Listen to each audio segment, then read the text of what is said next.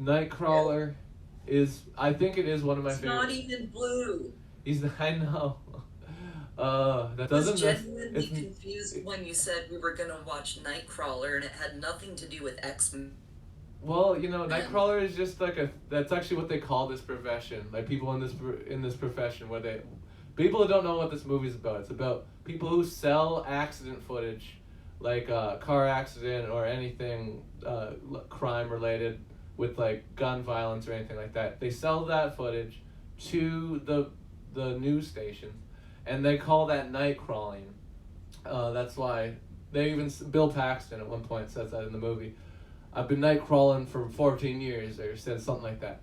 Um, and yeah, so that's why Nightcrawler. I can see the confusion. I didn't even think about the X person, but yeah, He's a man. it's kind of yeah X Man. It's okay. It's also a person though. But anyways, let's get into the film because I really really really like He's this not just film. a man. He's a person too. Yeah, think about it, Stevie. Don't sell him short. But no, I love this film, and I am spoilers sort of just for what I'm gonna rate. I'm giving it 10 because I really really like this film, as much as I think Pootie Tang or It's a Wonderful Life, and those are my two favorite films. But yeah, this is solid as fuck, and I love it from the beginning to the end. And I watched it twice before this review, and I had seen it once or twice before that even. It's two I hours. know it's 2 hours, and but I am never bored like for a second of this film. It's so interesting to me. I don't think this is for I everybody. chased it with another What because I'm a lunatic. what's that? I chased it with another 2-hour movie because I'm a lunatic. What other Because I couldn't find cats and dogs. It was gone. right. I know you had to fill the void with something. Yep. What did you watch? I watched 15 Minutes, which is from Oh, 2001. you gave me the trailer. It looked okay. I think. Yeah, With it's who is the stars in that? similar, very similar. Kelsey Grammer. Right. Okay. I love Frasier. That's why I was interested. I think I remember seeing that. I was like, oh yeah, Frasier's in this. Um, I think that Theo Cosby is in there. I can't remember the actor's name, but he was Theo on Cosby's. Oh okay. I I never watched think. that show much. The only Cosby show that I've seen is the one where he plays a teacher, and it's the '70s one. But or Okay. maybe there's more than one '70s one. I the one that I've seen is the lesser known Cosby show. Anyway, uh, Yeah, that. It has a lot of parallels going on, right. and that's why I was saying that it had To like Nightcrawler. feel of the Y2K era, a graphic grit. Oh Fight yeah. Club was 99. Yeah, totally. I see what you meant. I thought you That meant movie, more like like how it actually like it felt like the movie was made in that era. But you just mean no, it's no, sort of you felt like it was an no, it's homage fairly recent. to that sort of type of cinema. I see what you're saying, Yeah, and I agree. It's definitely a gritty sort of crime thriller. And yeah, the main character. Let's talk about sort of the plot and stuff. Jake Gyllenhaal. This is the best movie I think he's ever done, in my opinion. Best performance he's ever done. But I like him too. He's Bubble Boy. He's in lots of shit. But anyway, Jake Gyllenhaal. He's sort of like a hustler. He's a sociopath basically, and he's walking around the beginning of the film. He's cutting fence. He's like stealing shit, put in his car, different like metal materials, copper wire and shit like that, and he's taking it to a yeah, junkyard and selling it for scraps. And we see the kind of person he is within the first like 10 minutes. He beats the shit out of a security guard, takes his watch. He tries to sell the wire and stuff, but the guy doesn't. You can tell right away that he's trying to get the highest price he wants, Lou Jake Gyllenhaal, but he's not. The guy that he's trying to make the deal with is not having it, so he ends up getting. I think it's something like 75 cents a pound or something for the wire. I forget exactly, but it's not what he wanted exactly. But then he tries to get a job, and he's like, I don't hire crooks. And this is when you start to sort of see the kind of person he is, I think. Because he smiles when he's like, I'm not hiring a fucking crook. he just sort of smiles and walks away. He moves on. He realizes he can't go farther in the situation, so he just exits the situation. But he will go as far as he can, and he will do anything it takes to succeed.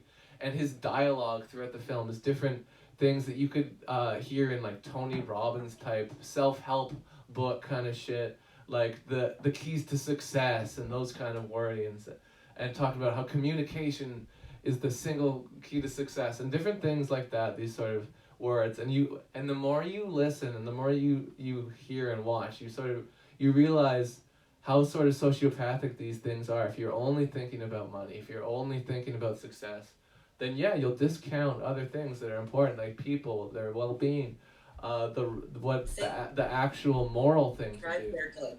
I'm interrupting you. No, go ahead. The thing that you just described there with his monologue really being punctuated with self-help tip. That was another thing that made me feel like it was like Fight Club. I don't know if you've read any Pollock novels, but... Well, I know Fight Club. Yeah, so even whether the book or the movie, you know that it's just peppered with little bits. Yeah, no, and exactly, and I think that's another thing that just works so well in this film, and like we've mentioned before, it's kind of a longish movie. It's 2 hours, not super short, but not super long. I'm not complaining. Yeah, it no. needed 2 hours. No, I know you're not complaining, but I just want to say, I'll often, when I'm talking about a movie and I'm complaining about it, I'll often say it's too long, even if it's like an hour 48. If it drags, then it's too long. But this doesn't drag for a second, in my opinion. Even like the long shots, everything just seems right, and like the imagery is so perfect. There's a scene where Renee Russo, who plays she's sort of like the head of the, not the head of the studio, but she's sort of in charge of what goes into the broadcast, like what footage gets used and that sort of thing. But they develop a relationship, Jake Gyllenhaal and Renee Russo, and they're sort of going back and forth, and she's like, he wants to have sex with her and for his career, and he very, very clearly sort of puts that on the table, and she's like, well, that's ridiculous, like, I'm not gonna do that, like, I'll help you with your career, but I'm not doing that. But he sort of twisted and eventually convinces, like, you're about to be up on your contract, all these different things are leading up to you maybe getting fired, but if you listen to me and you stick with me and you have sex with me, then I will make sure that everything is all right. And he manipulates the situation and controls the situation. And I don't know, it's so fucking well written. I can't stress this enough. This movie is so good. Wait, you're not an average man, you're a good man. Sorry, what are you talking? Lou is pretty average. Yeah. Lou is you're saying very much men that I know. You're saying that Lou is like all men. I'm not saying that Lou is like all men, but I would say that there's definitely more people that would appear like this. You're a good man, and that's why it's creeping you out so hard. Well, yeah, for sure, but I think that maybe I have too high of an opinion of humanity, but I do like to think that the general public would see this and say, yeah, that's wrong.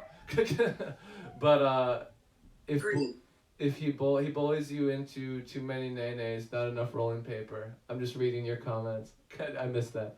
But yeah, I have the Wikipedia open here too. This was released in 2014. Let's see here. Wikipedia's trying to make me donate. I don't want to.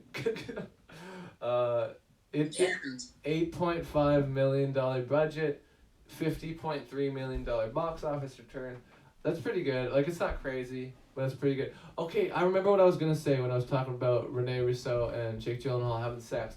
I was having a point about the imagery, because right after, they don't say that they had sex, which I really appreciate, but right after they show a bunch of imagery, like a Ferris wheel spinning around, a wacky, wild, arm-filling tube man going around, sprinklers squirting out, tiny little things that could maybe be thought of as sexual. and you're like, oh, okay, that's brilliant. It's so subtle. That's an old gag. But it works. I love it. It works. I know, and I'm not saying that it hasn't been done before, but it's absolutely works well here. And little things like that just make this fucking thing work so smoothly. And there's moments in the film where you're so I mean, especially the first time you see it. Well, at least I did. You feel so like cringy at the same that you can't look away. It's sort of like a car accident.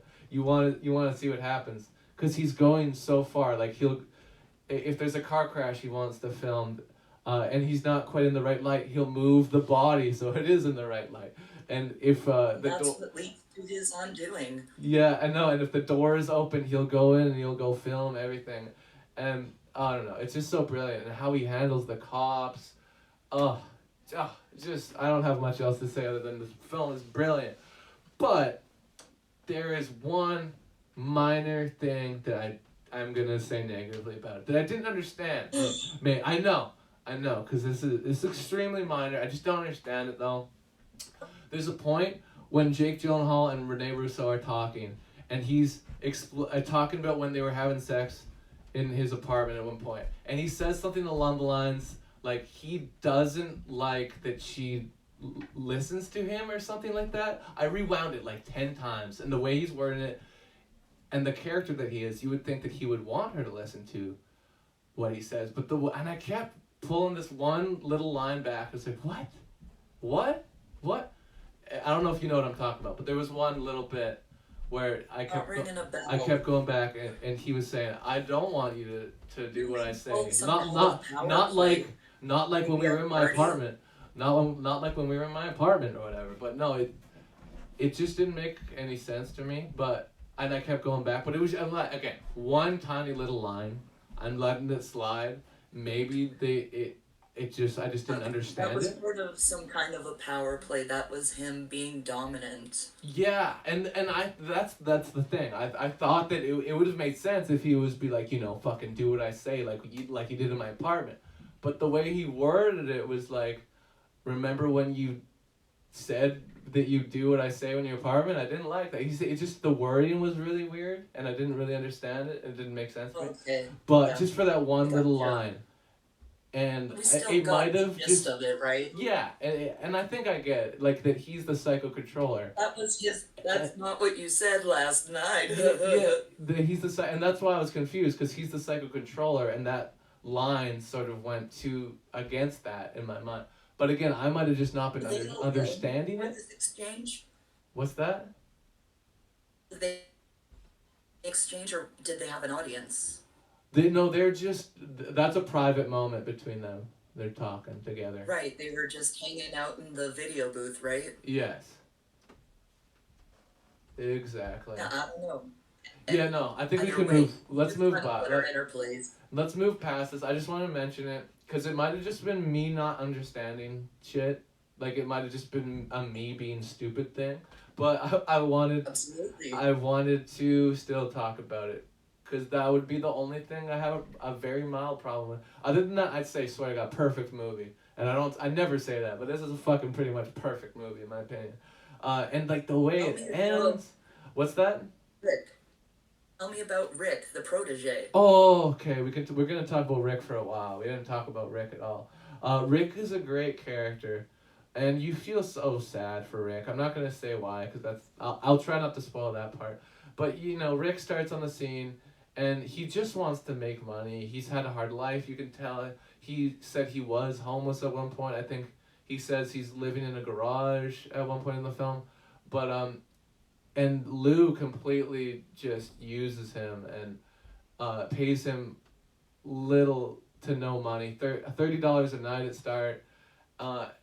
And, you really feel for Rick because he's trying, but Lou keeps giving him so much shit for like the littlest things, and some of the funnier lines come from Rick too. Like there's a part when he's Rick, like he was supposed to be the one you sympathize with. Oh, totally, and sort of the voice of reason, I think too, for the moralistic issues in the film. But yeah, the everyman. Yeah, exactly. But yeah, Rick, he's one of the funny parts is what I was saying is when they're renegotiating what his salary should be.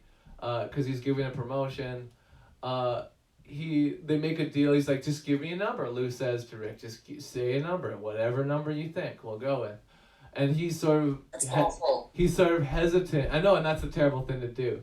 But he's hesitant. He's like 100, and he lands on $75 a night, which is nothing, especially when you realize how much Lou is making, which is a ton, like $50,000 for this one job or something like that. What he's actually doing, this like stunt shit. Yeah, no, exactly. It's absolutely bananas. But yeah, no, you really feel for Rick, absolutely. And you see just the extent of the manipulation and how psycho Lou is. And it just builds and builds throughout the film. And, you know, I'm not going to say exactly how the ending is, but I'm sort of going to spoil the ending, sort of. Just, I love the ending because of how it ends. Usually movies like this, they'll have a character that's awful, and they'll get their comeuppance. Something bad will happen to them. But that doesn't happen in this movie. Lou doesn't get his comeuppance. He succeeds, and that's part of why this movie works so great for me, is because that's the way the world works sometimes. Just because you're a trashy, terrible person doesn't mean you will get your comeuppance. It doesn't mean you'll get stopped. You might just become a successful, terrible person. And that is the fact and the truth. You just might become the president of the United States of America. And you could use that as a sort of a way of looking at it too. But yeah, I just love this movie. I'm running out of shit to say, but I love this movie. Is anyone else in the... I guess people could just come in if anyone shows up. But yeah, I think people are... G-Bergs and Jeremy missed out, and that's okay. But yeah... Stashashtos again, thank you for the follow. I don't think you're here anymore, but that's okay. Do you have anything else to add that I'm forgetting, Stevie? I would recommend this one between Fight Club and 50 Minutes. Yeah, I'll have to check out 15 Minutes. That sounded okay. But yeah, one thing at a time. So many films to watch, so little time. But yeah, I really, really, really love this film. So if we're good, you ready to rate, Stevie? Yeah. This one's gonna get Stacy Stevies. Okay. And I will give it 10 because I already said I would. I'll put on a song I like Stacy, so it's a good rating. What is it? Stacy. It's Stacy out of Stacy? Oh, I'll type it out. Okay. This is Maca Green Tea Ice Cream by Turn Up Music SK. Okay, peace out. Stacy Stevies, I see you. Okay. 10. I said it. I meant it. 10 out of 10. Nightcrawler. Yes. It's so good. Watch it. It's on Netflix right now. I would usually say Cats and Dogs is on Tubi, because I watched it on Tubi. But it's not there anymore. So yeah, Nightcrawler though. Netflix. So good. Numbers are for chumps. Okay. Stacy out of Stevies. I'm not sure the conversion of that, but that's okay. 10 out of 10 Dogs. Nightcrawler. I love it. It's great. One of my favorite films.